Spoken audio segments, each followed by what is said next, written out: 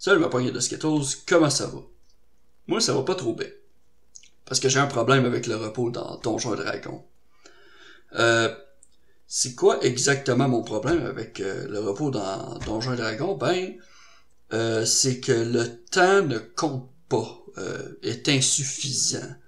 Ce que je veux dire par là, c'est que quand tu joues à Donjons et Dragons, les joueurs vont dire quelque chose dans le genre, on va se reposer. Et donc un repos prend 8 heures. Et là, tu vas juste dire comme, vous faites votre repos de 8 heures, puis vous continuez votre chemin. Vous voyez, il y a eu le problème. Le temps dans le jeu compte pas vraiment dans le temps réel. 8 heures viennent de se passer en un claquement de doigts.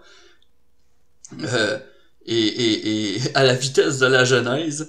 Et au final, ce qui frustre, c'est pas nécessairement que le temps passe trop vite. Le problème, je pense, c'est que il y a pas vraiment de conflit. Il y a pas vraiment il y a pas vraiment comme une prise de décision au moment où les joueurs commencent à penser qu'ils devraient peut-être régénérer leur point de vie, tu sais. C'est un no-brainer.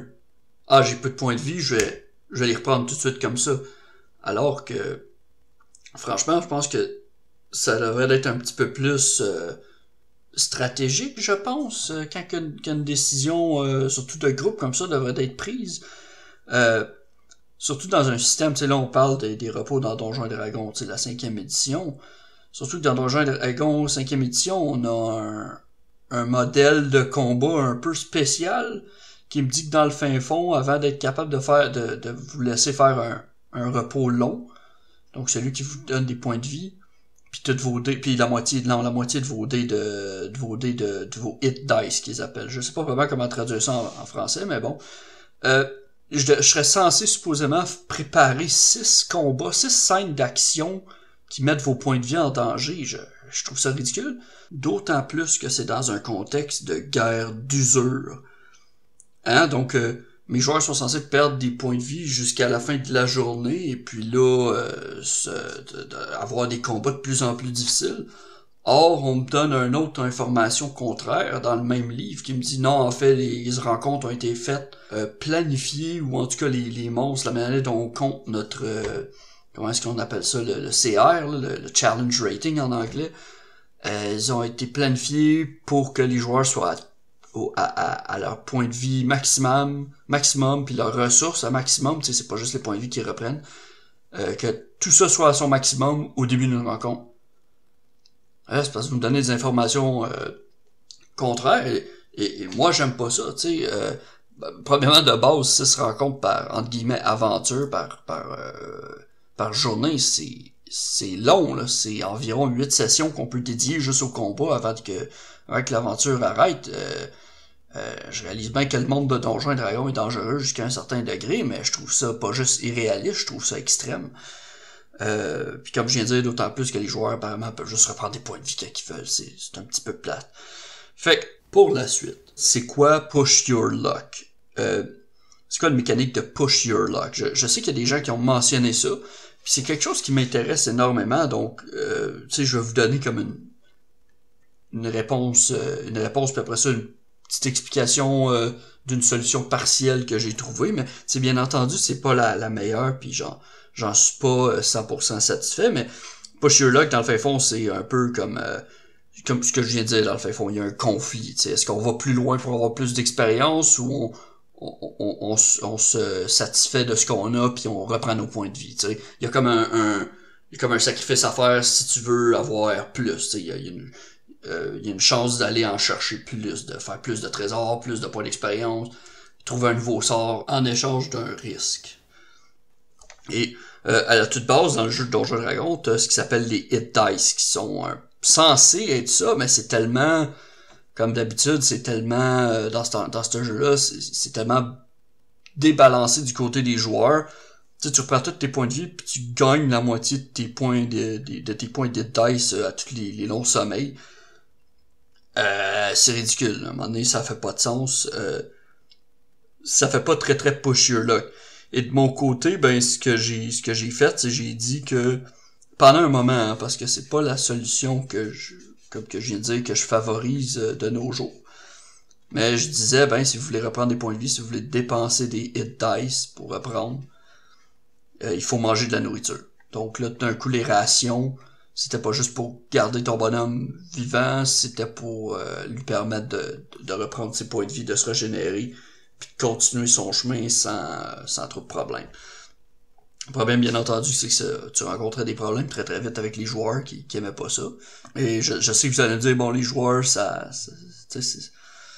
c'est fragile, etc. Mais tu sais, je veux dire, jusqu'à un certain degré, tu peux pas tout le temps t'astiner, ni tout le temps gagner, fait que ça vaut-tu vraiment la peine de foutre le trouble? Je pense pas. D'autant plus que je suis relativement d'accord avec eux, hein, tu sais, les règles, c'est les règles. Si tu commences à changer des petites affaires de même si c'est petit sur le coup, ben, tu réalises pas à quel point que ça va lui coûter cher de bouffe juste pour reprendre le point de vie pendant un voyage de 2 jours, tu sais. Mais bon, tu sais, c'est pas comme si en même temps il réalisait pas que je faisais pas 6 rencontres par putain de journée non plus, là, mais bon. Il y a quelqu'un qui m'a recommandé la règle alternative du livre du Dungeon Master's Guide. Donc, c'est dans le livre, fait que ça, j'imagine, ça va faire moins de la peine aux joueurs si tu l'implémentes. J'ai pas encore essayé avec ça, mais juste le fait que ça existe me donne beaucoup d'inspiration pour peut-être éventuellement remaîtriser une partie de Donjons et Dragons 5e édition.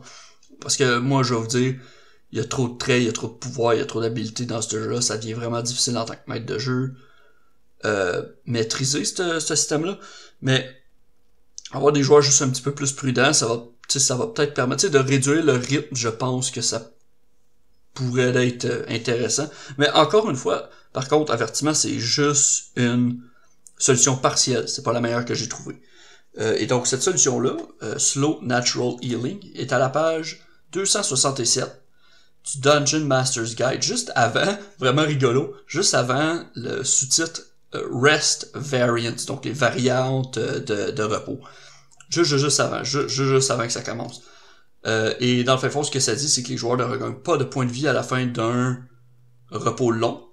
À la place, ils peuvent dépenser leur hit dice que eux ils viennent de reprendre, de moitié bien entendu, c'est la même règle qu'avant, juste qu'ils reprennent pas de points de vie.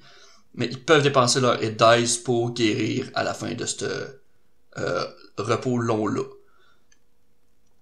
Donc ça fait que les joueurs vont prendre plus de temps pour se guérir, puis vont commencer à planifier plutôt leur comment je pourrais dire, leur stop. T'sais. On a 4 jours à faire de voyage, ouais, c'est dans un endroit dangereux, on planifie une bataille quasiment par jour, juste pour s'affrayer un chemin au travers des tribus de gobelins, bon, hein. Ah, tu sais, ça commence à être un problème. Mais, écoutez, encore une fois, moi, personnellement, j'ai pas encore joué avec ça, puis je trouve que c'est une solution partielle, parce qu'encore une fois, ben, nos bonhommes décident de camper à la frontière des gobelins, c'est-à-dire dans un endroit qu'ils peuvent pas nous trouver, puis parce qu'on a bien roulé, fait que, on repart tous nos points de vie, puis on est full hit dice. T'sais, dites-vous pas, oui, mais non, mais je vais les faire rouler pour avoir des rencontres, parce que au final, ben, tu sais, si tu leur as laissé rouler puis ça trouvait une cachette, tu sais, je veux dire, à un moment donné, tu commences à juste trop pousser pour les faire chier, je veux dire, ça va être un peu visible qu'en ce moment, ils t'emmerdent, puis je pense pas non plus que c'est une autre solution. Tu sais, au final, je pense pas que la confrontation joueur-maître de jeu, il est là mon gros problème avec comment que le repos fonctionne, c'est qu'on dirait que ça encourage quasiment un conflit entre les joueurs puis le maître de jeu. Tu sais, le maître de jeu, d'abord, lui, il veut défier ses joueurs, il veut les élever en tant que héros, puis pour ça, il faut des conflits. Puis de l'autre bord, les joueurs, ben, eux autres, tu sais, à raison, après tout, ben, ils veulent pas se faire rentrer dedans par des défis puis être à moitié prêts. Tu sais, ils veulent mettre toutes les chances de leur côté pour, justement, gagner. Puis c'est pas une chose qu'on peut vraiment leur en vouloir, tu sais. Donc, bon Dieu, c'est quoi la solution? Ben, c'est pas la solution parfaite, puis ça se peut qu'il y a des gens qui soient pas d'accord avec moi. Cependant, j'aimerais vous dire que moi, quand je design des choses, ben je le vois un peu comme si j'étais un artiste. C'est-à-dire que j'ai une vision, puis je mets un peu comme un glaçon d'objectivité dans mon verre d'eau de subjectivité. T'sais. Donc je réalise que la solution est pas parfaite, mais c'est pas basé sur une émotion. Donc c'est pas juste j'aime ça, fait que je le fais de même. C'est mon petit verre, mon petit glaçon d'objectivité, c'est ok, mais non, mais en fait, fuck mes émotions, je m'excuse pour le gros mot, mais fuck mes émotions, c'est quoi que je veux accomplir comme but. Et donc la solution que j'ai trouvée, qui a été grandement inspirée par Eric des Imagitateurs, mais aussi de Index Card RPG, tu sais, c'est une solution qui était un petit peu comme dans ma face, mais j'ai pas vraiment remarqué, c'est avoir moins de points de vie. C'est tout. Chaque bataille va devenir intense, premièrement, c'est cool, j'aime ça comme ça. C'est là que tu vas voir tes joueurs roleplay un peu plus pour les gens qui aiment pas trop ça, les batailles. Parce que là, d'un coup, ben, tu sais, il faut qu'ils survivent, il faut qu'ils prennent des décisions on the spot, est-ce que j'aide devant l'allée, est-ce que je bute quelqu'un, d'un coup, ces deux décisions-là commencent à devenir brouillées, tu sais, un petit peu plus difficiles. Tu sais, puis du moment que tu commences à rajouter des éléments comme un petit NPC ou un détail de l'environnement que le joueur peut utiliser, est-ce qu'il sacrifie son tour pour monter là, pour descendre en bas, ou est-ce que, tu sais, sauter sur l'ennemi, d'un coup, tout devient plus intense. Et en plus de ça, ben, peu importe qui commence le combat au début, qui commence le combat au début du combat avec tout leur point de vie, bon, on s'en fout. Dans Index Card RPG, il y a 10 points de vie pareil. Le pauvre gars, s'il se mange un D12 d'en face, il a un quart de chance de mourir. Fait que, oui, jusqu'à un certain degré, là, vous allez me dire, ok, ouais, mais c'est dangereux le combat. Yeah! Je suis pas du tout contre l'idée même d'avoir ce qui s'appelle une spirale de la mort. Parce que, ben, c'est une opportunité. Probablement, la spirale de la mort, tu sais, dire, ah oui, mais chaque fois que je me fais frapper, je perds des bonus, ben, c'est plus de chances pour moi de mourir, ben, ouais, exactement, c'est des opportunités de progression, puis les joueurs, puis les maîtres de jeu, tout le monde aime la progression, tout le monde aime gagner des niveaux, right? Parfait, c'est une opportunité pour ça. Mais aussi, tu sais, même si tu me dis, ok, mais les combats sont dangereux, ben, tes joueurs vont être plus prudents, tes décisions vont devenir plus importantes, puis c'est ça qui va comme faire ressortir, je pense, l'essence du jeu de rôle. La prise de décision. Puis si ça favorise ça, ben moi je suis tout pour ça. Fait que, écoutez, c'est à essayer, c'est à voir. Surtout que Donjons et Dragons 5e édition, bon, ça le permet pas toujours. Moi, personnellement, j'ai beaucoup de misère à dire à mes joueurs, on va faire... on va réduire les points de vie, sauf que ce que je peux faire, c'est dire, écoutez, on va réduire la campagne, on va jouer peut-être 6 niveaux, puis après ça, on va arrêter. Je trouve que c'est raisonnable. Et puis, ils ont de l'air de pas vraiment pouvoir refuser ça. T'sais, tu leur as fait une partie de 5e édition, ils vont sauter dessus. Fait que, moi c'est ça je vous dis. Écoutez, laissez-moi des commentaires, peut-être que vous avez trouvé d'autres solutions dans votre carrière de maître de jeu ou même de joueur, ça se peut. Laissez-moi un petit pouce bleu pour m'aider à survolter l'algorithme de référencement de YouTube. Et puis, passez une belle journée. Hasta la proxima. À plus!